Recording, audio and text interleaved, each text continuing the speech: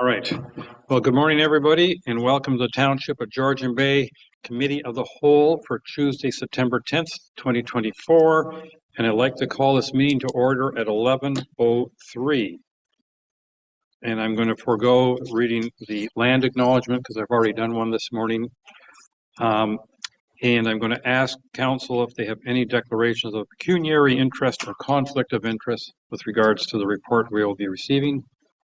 Seeing none, we're going to move on to the deputation community risk group from the Loomex group. And Mr. Lorimer, you're going to summarize the 137 pages we received from you. I confess that I did not read every single word, so I'm relying on you, and I suspect I'm not alone. It is a big, lengthy document. Thank you, Your Worship, and thank you, members of council, for allowing us the opportunity to present to you today. I'm going to present to you the review or the summary, as Your Worship had mentioned, of the community risk assessment. Can you? Good, awesome. Thank you. Next slide, please. So if you recall, I presented in the springtime and introduced you to two documents. One was the community risk assessment, and the other one is the fire master plan. We'll just be talking about the community risk assessment for today, and the fire master plan will be upcoming. So on the agenda, we have a recap of the council meeting that we had last time. We're going to talk about the key findings and next steps, and if you have any questions. Next slide, please. Next slide, please. So if you recall, the community risk assessment is mandated by the provincial government through Ontario Regulation 378. 18. So this is mandatory. There was a deadline which you have complied with your township. In the community risk assessment, there are certain mandatory fields or sections, and I'm sure you don't want me to read every single word of these slides, but these are the main sections of the document. Next slide, please. So our approach and methodology, we had startup meetings with the fire chief and his staff. We've had stakeholder engagements with key stakeholders, and we've collected data. It's been this document is very data driven, and we've completed a draft. We've sent the draft to the fire chief for his review, and then we completed a final CRA report. Next slide, please. So the way that the community risk assessment is designed, and again, this is the Ontario government has requirements on how it's completed. The scores take into consideration two major factors. The Ontario Fire Marshal, one of the factors that the Ontario Fire Marshal uses is likelihood, the scale of likelihood. And then in the next bullet, it's consequences, the level of consequences which each risk has on the community. So for this, and again, the community risk assessment is exactly that. It assesses the risk to a community, not necessarily an individual. So for example, if there was a house fire, that would be a tragedy and a devastating loss for a family, but it may have little context to the community itself in comparison to something like infrastructure that was damaged or the such. So then you put these two factors together, the likelihood and the consequences, and we're able to measure the severity by scaling or by measuring the risk. Next slide, please. So when we completed the analysis, this is what we measured, and we found that the fire in residential occupancies is the highest one. Again, this isn't one individual one. This is as a group, as a risk in itself with all the different types of fire loss. Fire in an industrial occupancy, severe weather event, emergency on an island property, wildland fires, commercial, road, highway emergencies, fire in a seasonal residence or a summer camp, critical infrastructure, fire in an assembly occupancy, and rail emergencies. Next slide, please. So once we've identified what the risks are for your township, we've been able to create what we call risk treatment plans. So the types of treatment plans or the recommendations would include avoiding, mitigating, accepting, transferring, and sharing. An example of transferring, for example, would be insurance. Accepting it means that we don't do anything about. We just accept the fact that this is what's going to happen. Mitigate it. For example, doing fire inspections may help to reduce the likelihood of it. Avoiding, so we were able to eliminate it completely, and sharing with another party or another organization. I'm sorry that I didn't put that in order. But those are the types of treatment plans and the suggestions that we have for your community. Next slide, please.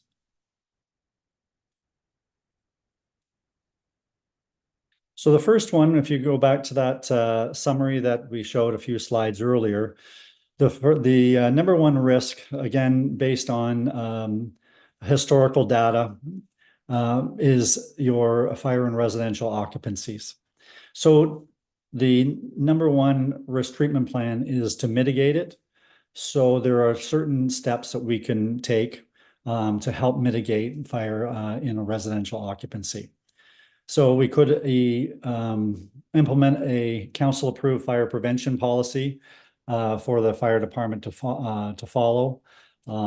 We could inspect select residencies on a regular basis, ensure that property owners have that are submitting their fire safety plans to the fire department for review and approval. Again, that wouldn't be for individual homes, but more multi-unit occupancies and the such. Develop and implement a smoke alarm or carbon monoxide alarm program. Document and track information about public education events in the news and record management system, including the program delivered, as well as the age and number of community members who receive that public education messaging. And complete an analysis of the types of fires and other incidences that occur in Georgian Bay in regards to trends. Next slide, please. Industrial occupancies have a different strategy. It's also mitigate, though. Ensure that the fire department has time and resources needed to inspect industrial occupancies. Complete pre-incident planning processes for the industrial occupancies in Georgian Bay. And pre-incident planning refers to the ability for the fire service to evaluate a certain building and look at it from a perspective of developing a plan ahead of time should an emergency occur at that property. And also identifying hazards for firefighters to improve firefighter safety. And the third bullet, review the fire safety plans and the material safety data sheets at the industrial occupancies in Georgian Bay. Again, that's tied in closely with bullet 2. Next slide, please. Now we get into the moderate or the medium risks for your township. There's 2 risk treatment plans, one mitigate and one share. One is to continue to provide public education, and the other one is to share, work with applicable external partners to implement public education initiatives. And public education is growing in the fire service. Public education refers to being able to educate people through different means such as social media or in person. And also the concept of a 72-hour kit is important for households especially. Next slide, please. Emergency on an island property. As you know, you have a significant number of properties which are water access only. And so the risk treatment plan for this risk is to work with the District of Muskoka and its GIS team to confirm the correct civic addresses for water access only residents in Georgian Bay to make sure that that information is as accurate as possible. Next one, please. Wildland fire in a remote area. Mitigate, continue providing public education about Georgian Bay's open air burning bylaw. Again, mitigate by continuing implementing the cottage pump program, social media channels, as we've talked about in the past and a few slides earlier, and ensure that the department's personnel continue receiving wildland firefighting training. The other risk treatment plan is to share, continue working with the Ministry of Natural Resources and Forestry. Next slide, please. So the next steps. So this document should be reviewed annually. It may require very little change, or it may require more robust revisions depending on the changes to legislation, population, your circumstances, and risk. Develop a process for collecting and maintaining the data needed to keep the CRA accurate, and use the CRA to develop a future strategic planning for the fire department. Next slide, please.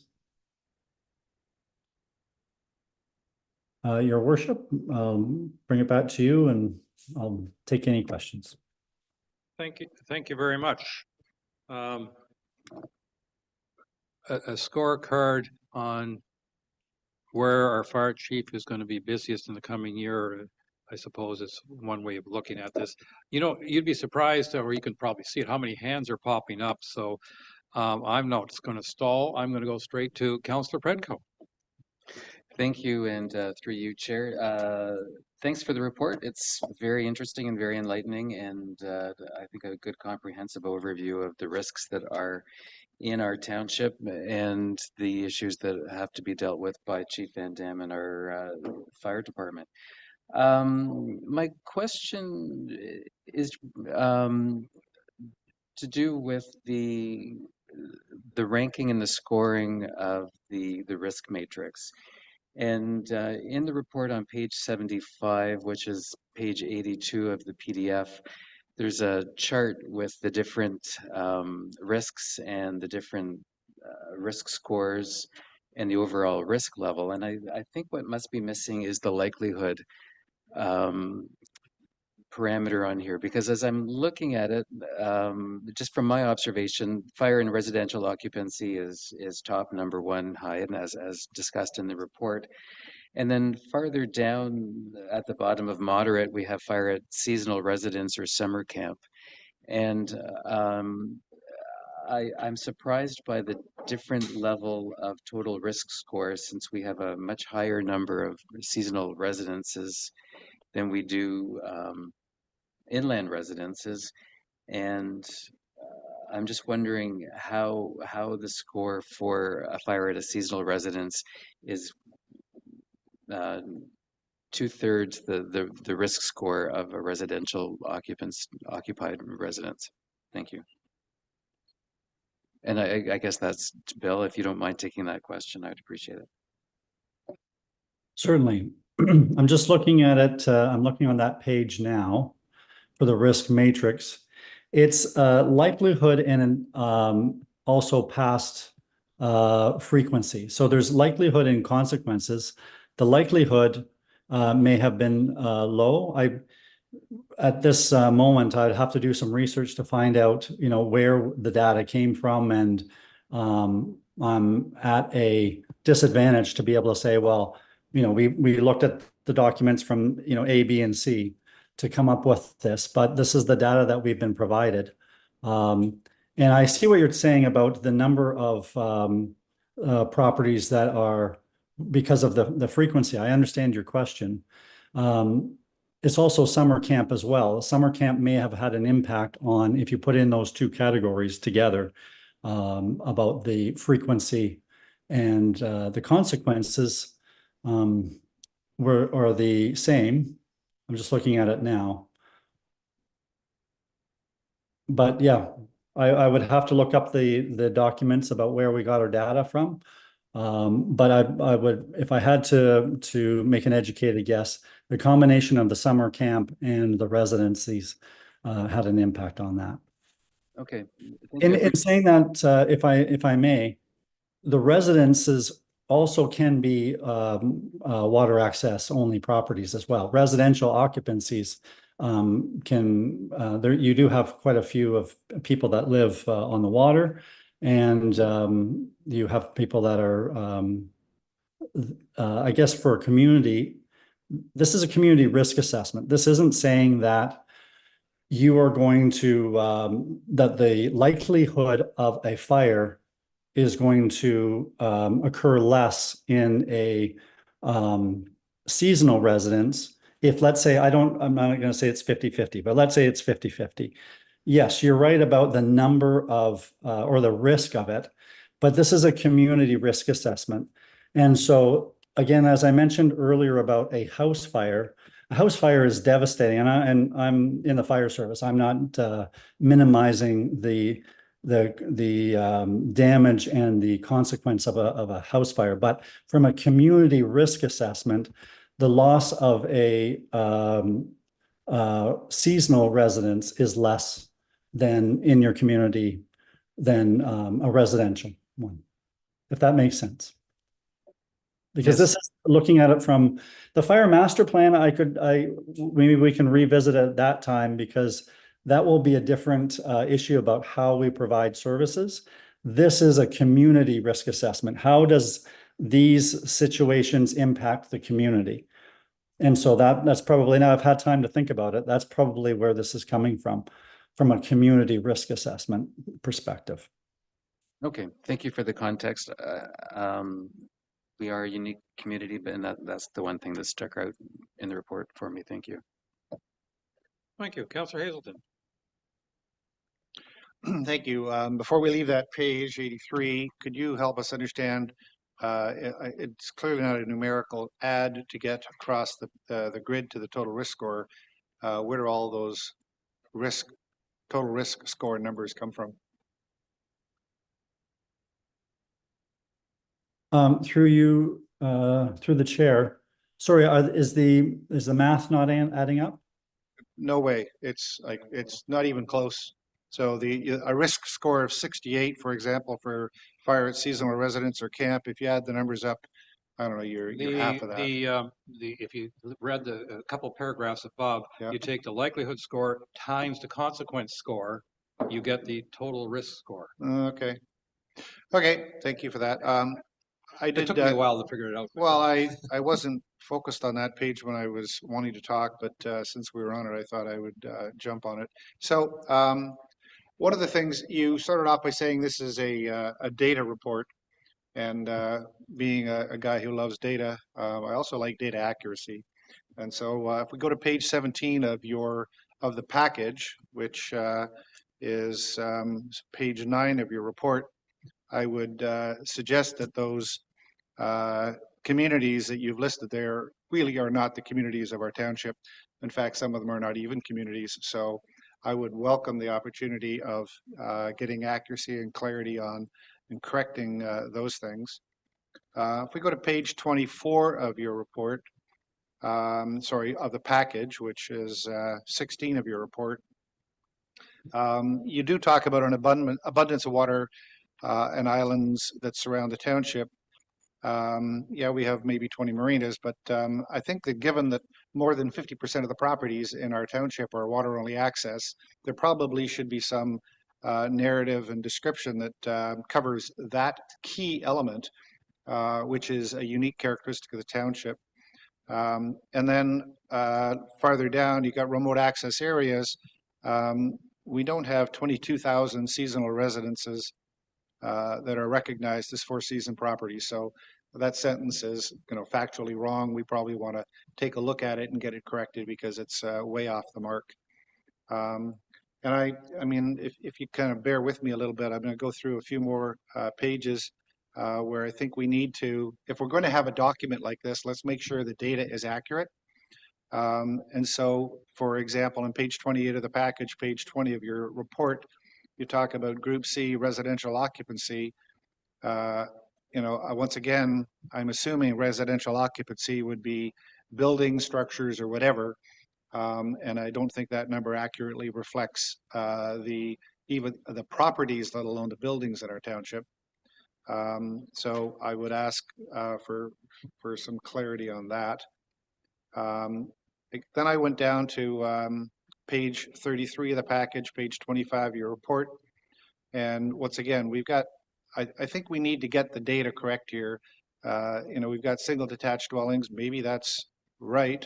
But how does that compare to the seasonal occupancy that you've listed below, where you've got 4,000 seasonal occupants listed below that in the next page?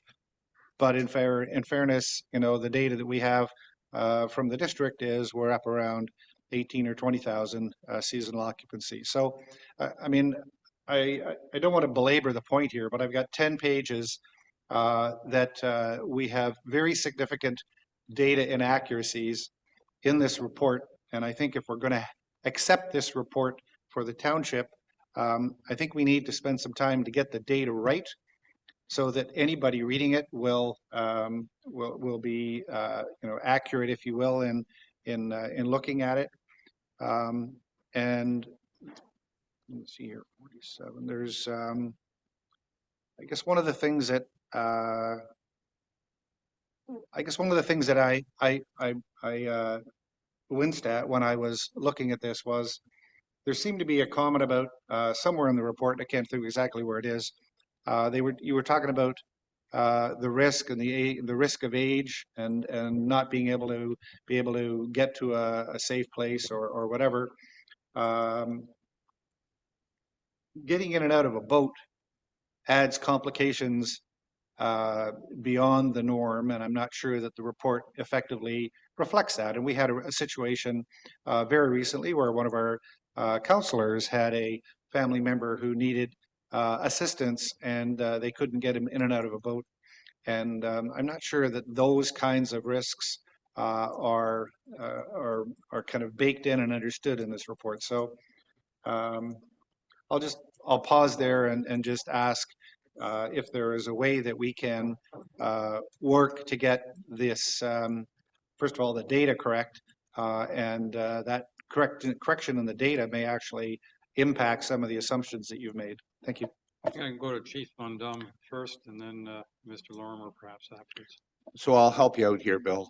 So the data that we've been given has been run through the MPAC system on our data, and also we have talked to Graham Good from the district, and we compared our two data sources, and those are the numbers that we provided Bill from those two sources. I'm sorry, but when we probably have somewhere in the range of 18,000 residents, people, and then you say we have 22,000 homes for them to live in, the numbers aren't right. Yeah, so that's I suspect it's going to be a typing error that's gone through, but that one definitely we can look at. But when our data for the number of single family dwellings and all of that stuff comes from MPACT, and then was verified when we contacted the district to make sure that we were running the same numbers. So the one with the residency, we know that the 18,000 has been the number they're playing with, it's not on an official record, is around 22. But that's, I mean, let's be clear here so we all understand. When we know that StatsCan says we have 3,500 permanent residents. Correct. We know that there are estimates that there are in the range of 16, 18,000 seasonal. Now, if you want to say that adds up to 22,000 total residents, I have no issue with that. But this is talking about buildings. Yeah.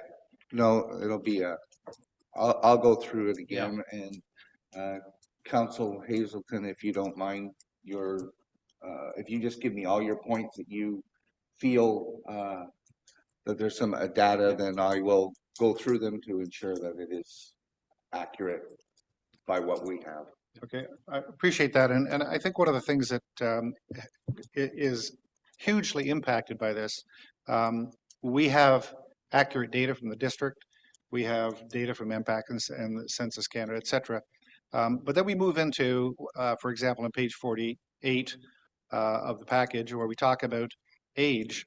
And of course, we don't have accurate age demographics for our total population. We only have age demographics through StatsCan for seasonal. And one of my concerns is we have risk factors that are seem to be assigned to because of age and percentages of who's in this category and who's in that category. I would offer that there's a whole lot more than 33% of our population that's more than 65. And so one of the things as we talk about risk, if we can't get the right data, then we can't make the right decisions on what the real risks are. And it makes it a challenge. I don't have an answer to it, but I think it's important that we draw out these anomalies that I think are significant contributors to a skewed assessment of risk. But I will be happy to share with you every one of my recommended things to consider. Consider Councillor Hazelton a member of your working group. So through your chair, totally agree with your comment, but we have no means to be able to measure what our seasonal population's age and that kind of stuff. I can tell you that our seasonal population, for the most part, is of the senior nature. Based on the calls you've received. Councillor Cooper, please.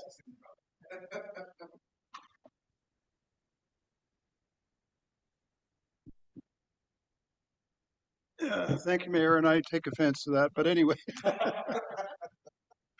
just kidding. Goodness.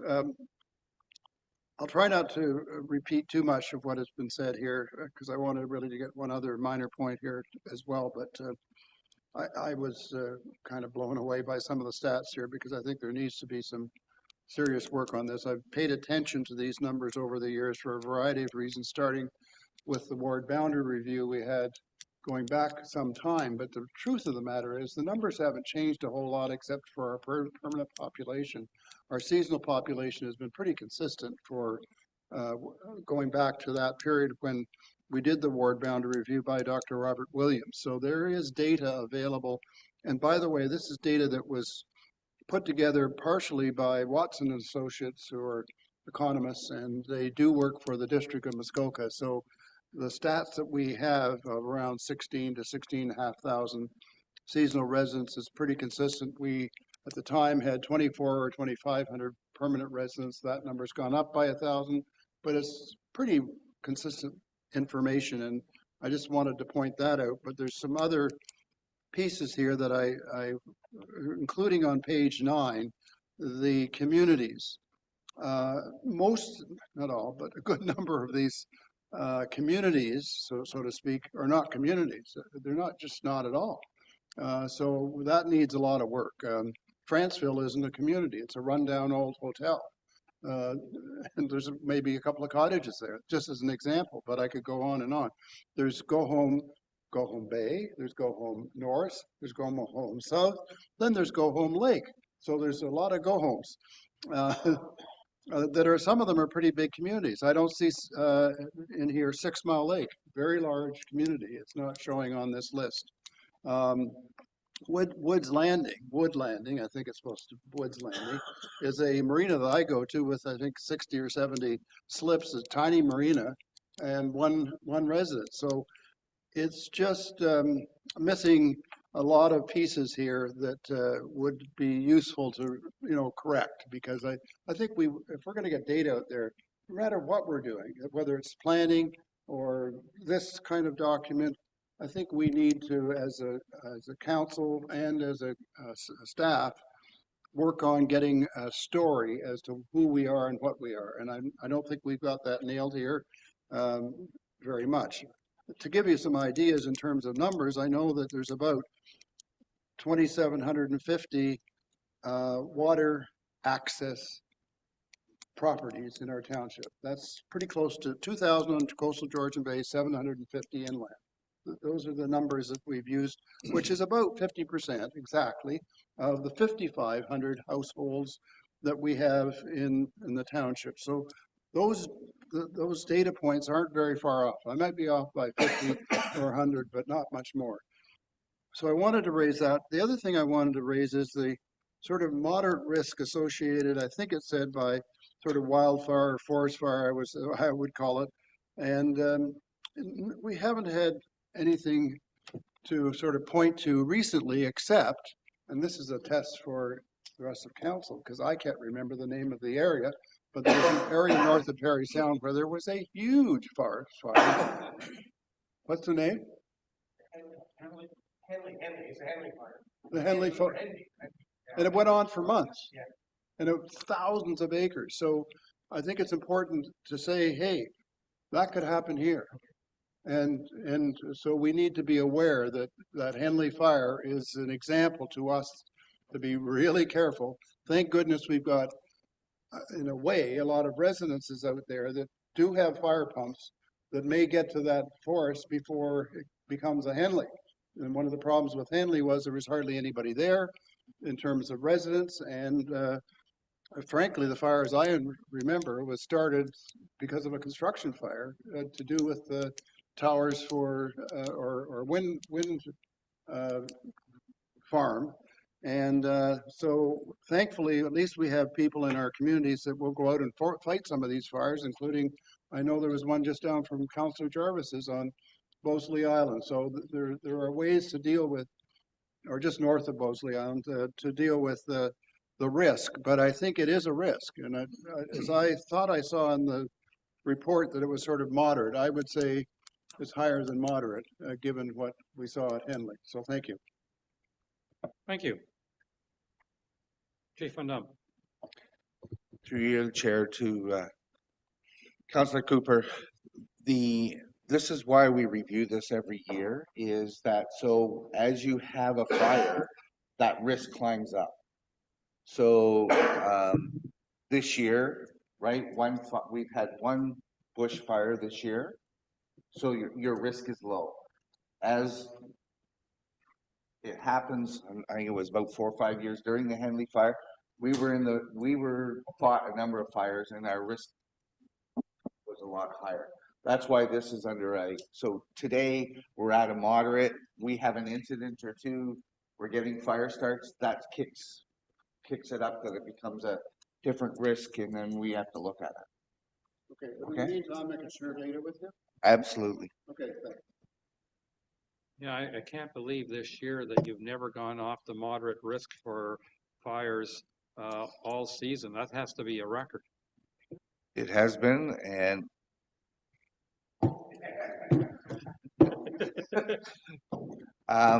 we have not gone off that. We were at a couple times preparing to go off it, and we got the rain. So the rain's been very timely this year, and we haven't been having the fire starts this year. So positives, whether it's our residents are being more careful, all of that, but fingers crossed it stays that way. And we can maybe thank the gods, whoever gods you are in charge of rain. Councillor Bocek. Thank you, and through you, Mr. Mayor, I have a couple of questions for our delegate, Mr. Lorimer. I'll leave all the data and figures and facts up to Councillor Hazelton Cooper. They've got a good hand on that, and I'm sure that's going to evolve into,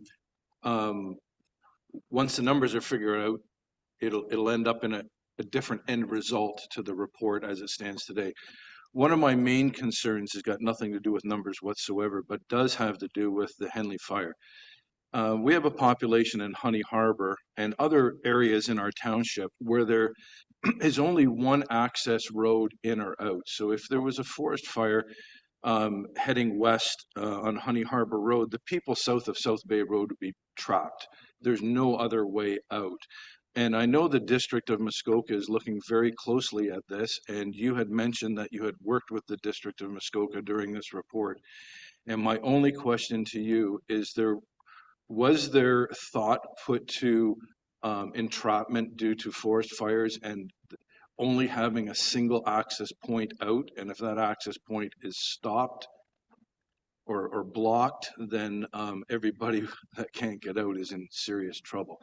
I did take into consideration that waterfront access homes in this area would be able to escape the area through marine, through water access, but there's a lot of permanent residents that don't have access to the water and have no way out and would be trapped in there. So if you could explain to me any conversations you've had with the District of Muskoka, because I believe it's their part of their mandate over the next few years to resolve some of these issues. I'll turn it over to you, Bill, and you can maybe answer anything. Thank you. Okay, through you, through the chair. Thank you for the question. We have not received any data from the district on that issue about access through only one street, and if that got blocked off, then people would be at peril. We never received any data from the district about that. So if we don't know these issues and we haven't been provided that from the district, then we haven't calculated concerns about infrastructure when it comes to roads and a single access. Okay, now, and supplementary to that, through the permission of the chair, I think this is an ongoing topic, a topic that is in discussion right now at the District of Muskoka. And perhaps the reason you did not get the information, but I wanted to bring to your attention that this is something in full swing at the District of Muskoka. Perhaps not so important in the Township of Georgian Bay, but there is areas of the Township of Georgian Bay where if there was a fire and the road was blocked, there is no other way out, and those folks are in Go Home Lake would be a perfect example. So please, if you have the opportunity before the report is completed, maybe consult with the district and just see if there's something there that could be added, or through Chief Van Dam, maybe able to pull up some of that as well. So my thoughts, and just wanted to put it out there because I thought it was something that was missing from the report. I think that's very interesting because there's many roads with far lower populations, but are basically dead end roads. And so that road got blocked. Heck, there's even sections of the 400, if it got blocked, we're talking hours of a detour to get around it. But one of the challenges of our area. Councillor Graziano, please. Your worship. Sorry, go ahead, Mr. Lorimer, and then we'll go to Councillor Graziano. Sure. Sorry to cut you off. Wasn't my intention. Through you, through the chair, just another point to this is that the fire master plan may have a better opportunity to provide insight to these types of concerns.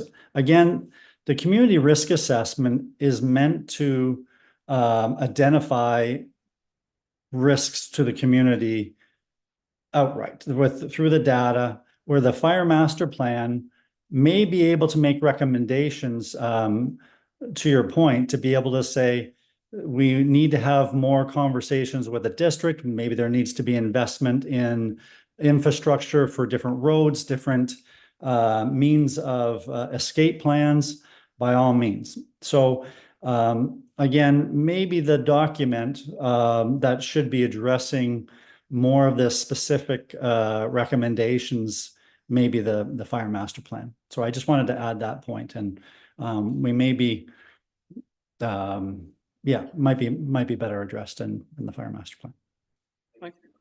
Thank you.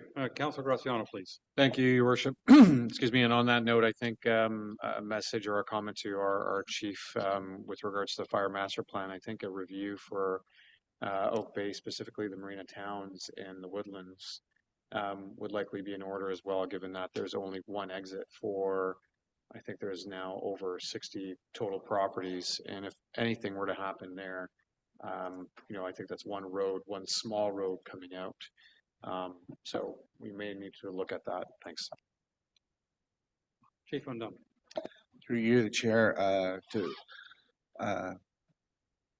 the councillor's question is, we've already reviewed that and we have gone to the tribunal over it. And I don't want to say we've had a victory, but we were successful that the second entrance needs to be constructed. And it's through the district, because the district's the one that approved it.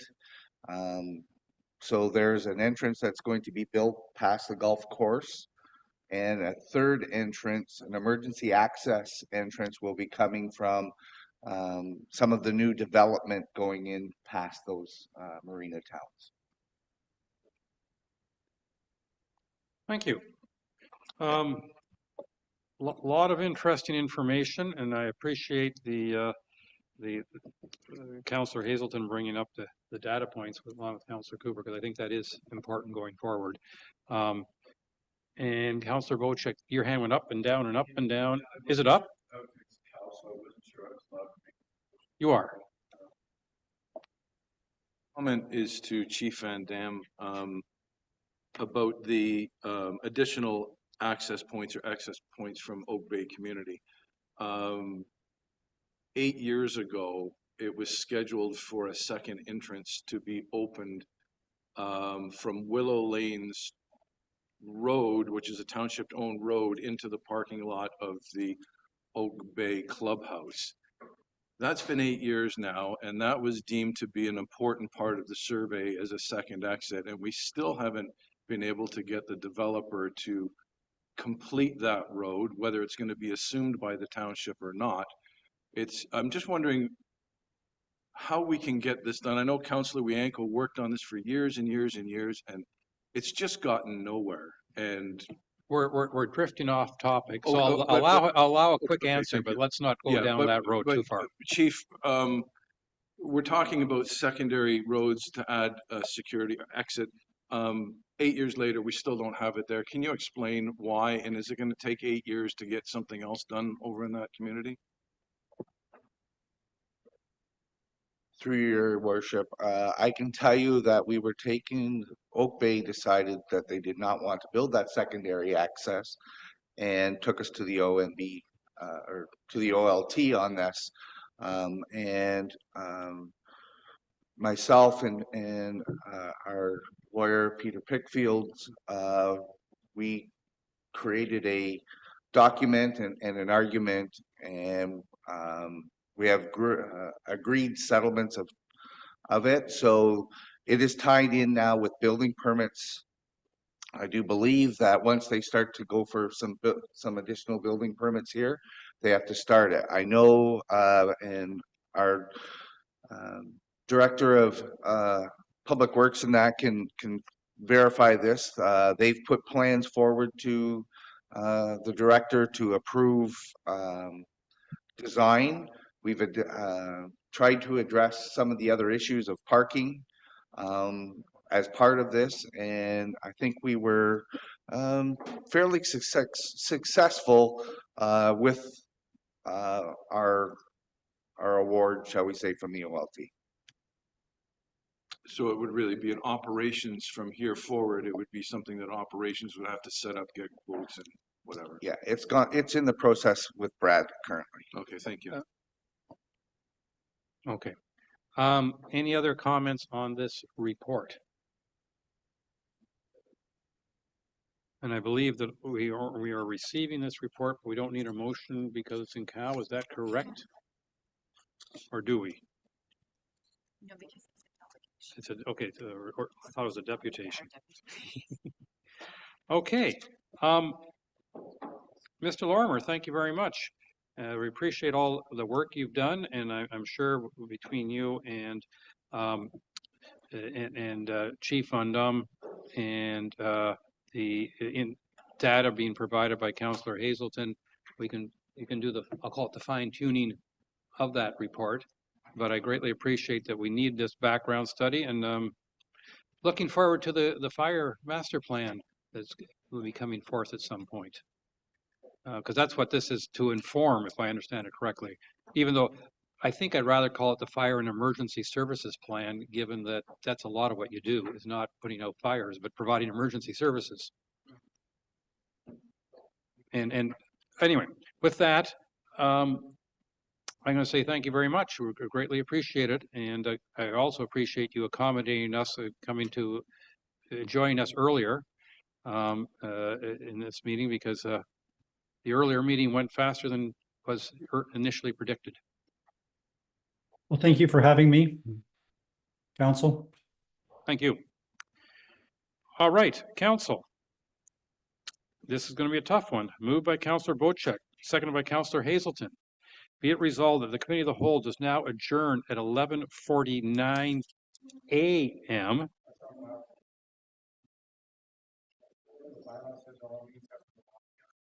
No, because no minimum time. you want 11:50. Is that what you were trying to wait for? To reconvene on October 8th, 2024, or at the call of the chair. All those in favor? Yes, I am impressed, Council, that we got this all done, the 2 meetings before noon.